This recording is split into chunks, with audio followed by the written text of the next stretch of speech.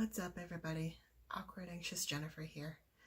And I usually like to keep my vlogs, whatever, all upbeat and positive. And one of the main goals of my channel is to try to inspire people that no matter how awful you feel right now, no matter how much life sucks, no matter how close you are to maybe ending it all, you just gotta hang in there because things can get better, you know? But life isn't always perfect, and it's not fair for me, especially being a mental health channel, to try to pretend that it is. So, as you can hear, probably, I'm a little sick right now, not feeling that great. I think I have some sort of upper respiratory infection going on. Woke up yesterday and my lungs felt like they were on fire, and now it's kind of also moved up to my throat. I'm prone to them. It is what it is. But I just thought, well, I'm already not feeling good, I'd update you guys a little bit, because, you know, sometimes when it rains, it pours. So, gosh, the last couple of weeks have been so stressful. Money management has never been my strong suit. I don't have a lot of impulse control, and sometimes working from home, it can be a little hard to keep my butt in the seat as much as necessary to make enough money. And I had a really good paying client who disappears from time to time, so I haven't gotten any work from them in a few weeks, and I got a little bit lazy when they were giving me as much work as I could handle, because their work sometimes averages as well as like $100 an hour for me. So it's tough to get a little lazy just putting in 10 hours a week doing that, and then all of a sudden that goes away. So, you know, having some financial troubles, which it's part of life. It's especially part of my life because I also have some bad eating habits and like to eat out a lot, and so I've basically been eating away my income, which is frustrating. It's a whole other story. So I've had that going on, and then meanwhile, I've been tired every day for as long as I can remember. I don't know what it's like to wake up feeling refreshed. And lately it's gotten a lot worse to where I need a nap pretty much every day. And usually it has to be like an hour and a half long nap. And as you can imagine, that's not very good for my productivity. So I'm pretty sure I was pretty sure that I had sleep apnea. You know, I have all the warning factors for it. I've been a really bad snorer my whole life, and I'm clearly obese, which is a big risk factor. And waking up tired, and I feel like I've never been able to breathe through my nose very well, even when I'm not sick. So, yeah, so I finally, a couple of months ago, started the process of getting some sleep testing to see if I could get a diagnosis of sleep apnea.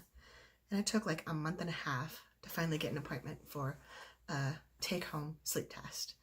And I did that week and a half ago, I guess.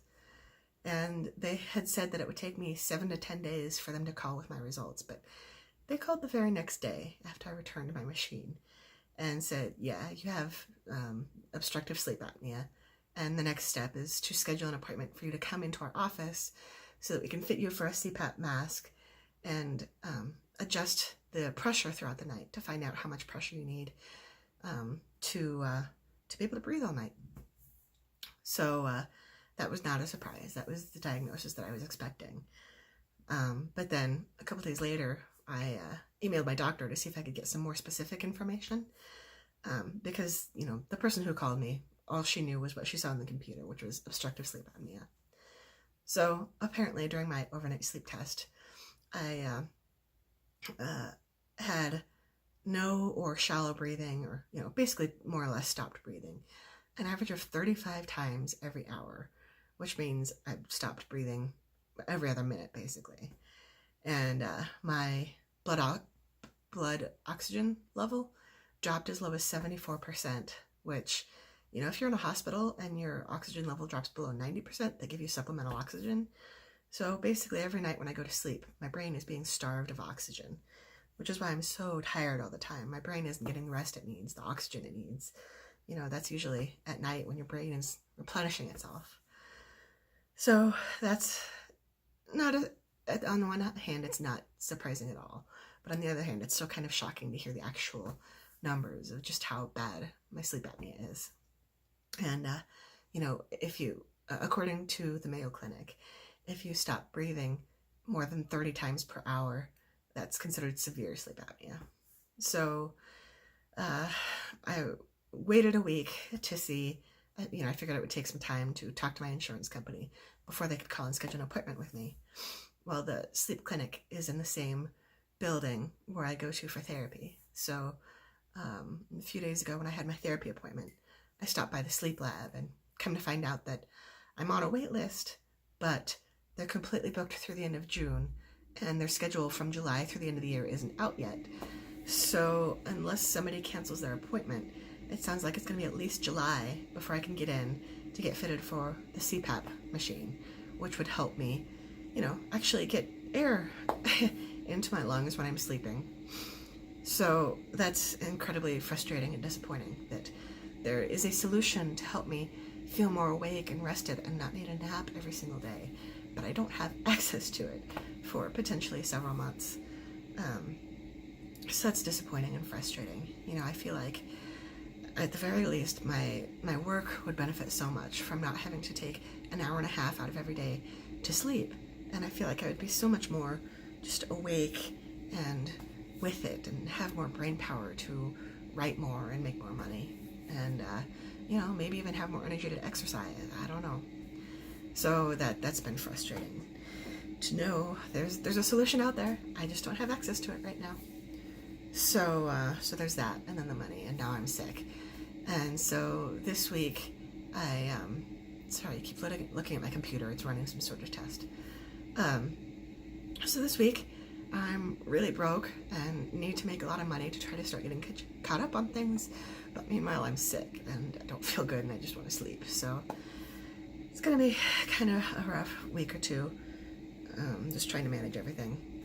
I'm trying to keep a positive attitude. I know I'll come out okay on the other side. But I just wanted to share with you guys that, no matter who you look up to, people that are rich or famous, celebrities, whatever, I am none of the above.